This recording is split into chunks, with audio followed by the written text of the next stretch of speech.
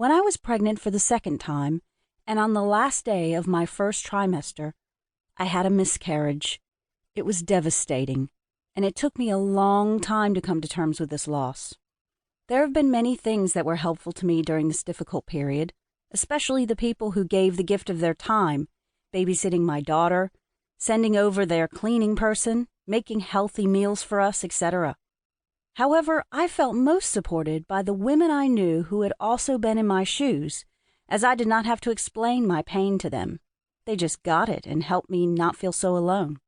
The things I did not find helpful were all the cliches I heard during this time, such as, "At least you know you can get pregnant," and "It is what it is." It took months, but I did finally get pregnant again. One of the worst parts about being pregnant after a miscarriage is that although I definitely felt happy, I also felt scared, anxious, and worried about my current pregnancy. Our son was thankfully born healthy, minus a broken collarbone, but that healed up quickly and on its own. The following are personal stories about women's health, including miscarriage, infertility, pregnancy complications, postpartum depression, and menopause. Life challenges that are all out of our control. Miscarriage.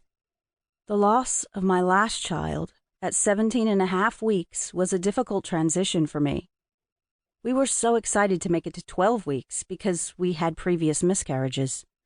Unhelpful were all the declarations that it was God's plan. I think I needed time to grieve in my own way. K.C. Infertility. Infertility and miscarriages were uncontrollable life transitions. Reading, educating myself, talking to others who could relate, and journaling were all helpful. Trying to stay hopeful and take care of my husband and myself were helpful. Being given space to grieve and to be alone was helpful. Being open when I wanted to be and having control of that choice was important. I was relieved that friends knew, but also relieved that many people at my work did not know.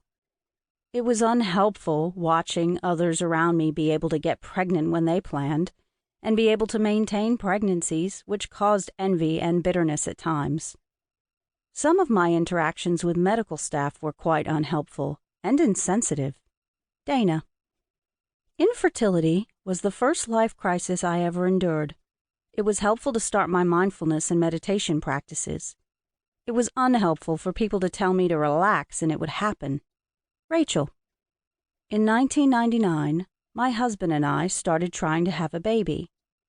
I was shocked when it didn't happen immediately. No one tells you that it could be difficult to do. In fact, for years, I'd done everything right to make sure I didn't get pregnant. We dealt with infertility treatments for 5 years and suffered 3 very painful miscarriages during that time. We are very blessed to now have 2 amazing sons. Around the 2-year mark, depression and anxiety took hold big time. Later, I learned that this is a pretty typical timeline. Around this time, I joined a peer-led support group, mainly women, even though men were invited, who met monthly to obtain and offer support. It was loosely structured, but what was most helpful was being amongst others whom I could be totally authentic with. I didn't have to hide or pretend.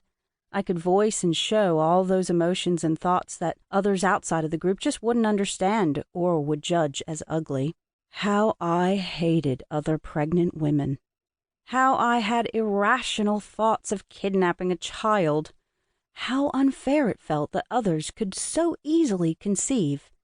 How terrified I was that I would not be okay if this did not work. To keep listening to this audiobook, I've left you a link in the description so you can do it, at no cost thanks to Audible's 30-day free trial.